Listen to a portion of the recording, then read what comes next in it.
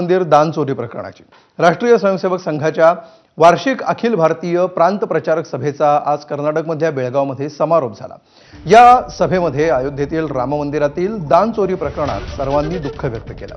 तसंच या प्रकरणामध्ये एसआयटी आणि पोलिसांचा तपास निर्णायक टप्प्यावर पोहोचेल असा विश्वास व्यक्त केला, अशी माहिती संघाचे अखिल भारतीय प्रचार प्रमुख सुनील आंबेकर यांनी दिली आहे। भक्तांची राम मंदिराप्रती असलेली श्रद्धा आणि निष्ठेला धक्का पोहोचेल अशी कोणतीही घटना घडू नये याची काळजी तीर्थक्षेत्र ट्रस्टने घ्यायला हवी, असंही सुनील आंबेकरांनी म्हटलं।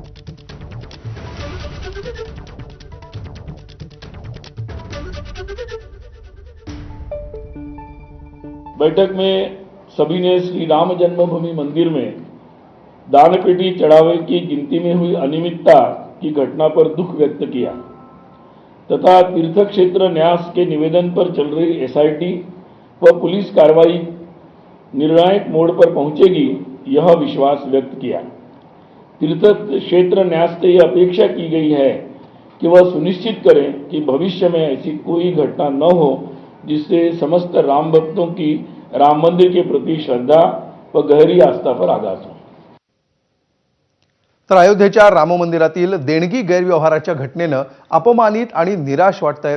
हा प्रकार लज्जास्पद आहे असं मत राम मंदिर निर्माण समितीचे अध्यक्ष नृपेंद्र मिश्रा यांनी व्यक्त केलंय।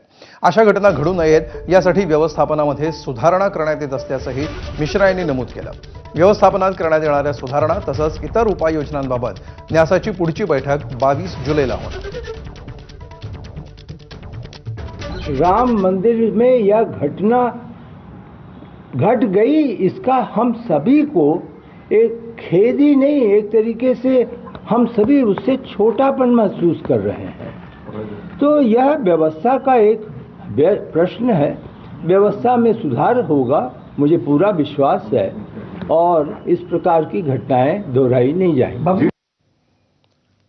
तर राम मंदिर दानचोरी प्रकरणाचा उल्लेख करत खासदार संजय राऊतांनी नाशिकमध्ये होणाऱ्या कुंभमेळ्याच्या कामामध्ये भ्रष्टाचार होत असल्याचा आरोप केलाय। राम मंदिरामध्ये चंपतराय आणि महाराष्ट्रामध्ये देवेंद्र फडणवीसांचे चंपतराय गिरीश महाजन यांनी वृक्षतोड केली आणि सगळ्यात मोठा भ्रष्टाचार या ठिकाणी सुरू आहे असा आरोप राऊतांनी केलाय। यावरून मंत्री महाजनांनी राऊतांना उत्तर दिले।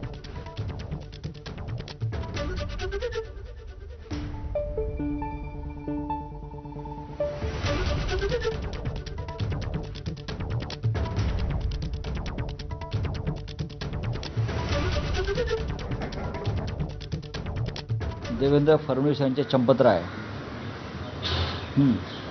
गिरीश महाजन यांनी ती जंगलतोड करायला लावली, वृक्षतोड केली। या हिंदू धर्माच्या नावानं सुद्धा आपण पैसे खात आहे, राम मंदिरापासून ते काळाराम मंदिरापर्यंत आणि कुंभमेळ्यापर्यंत। लाज वाटली पाहिजे तुम्हाला, बरोबर लाज वाटली पाहिजे। आणि असे चंपतराय हे फक्त अयोध्येमध्ये नसून जिथे जिथे भारतीय जनता पक्षाचं राज्य आहे त्या प्रत्येक राज्यामध्ये असे चंपतराय आहेत। संजय राऊतांना काही फार उत्तर द्यायची मला वाटतं गरज भासत नाही।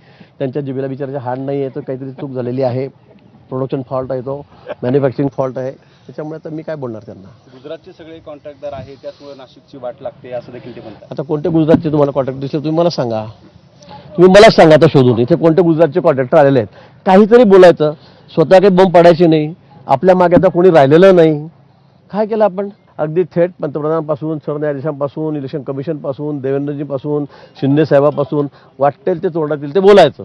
हा एकच गुण नर्मदा यांचा राहिलेला आहे आता सध्या, आणि त्यामुळे त्यांची ही दशा झालेली आहे। आता यापुढे तर हम दो और हमारा एक। तर कल्याण पश्चिम येथील घोलपनगर परिसरामध्ये पाडकाम सुरू असलेली इमारत कोसळली आहे। रिडेव्हलपमेंटसाठी पाडकाम सुरू असलेल्या विनायक दर्शन या इमारतीमध्ये अचानक ही इमारत कोसळली आणि परिसरामध्ये एकच खळबळ उडाली।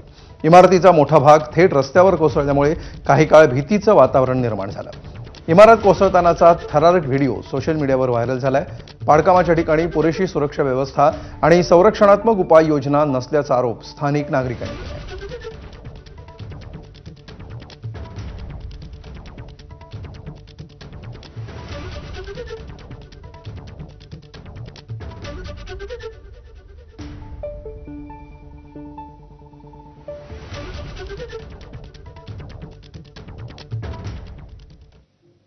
आणि यासोबत चौफेर महाराष्ट्रामध्ये एक ब्रेक घेऊया। बघत रहा एबीपी माझा।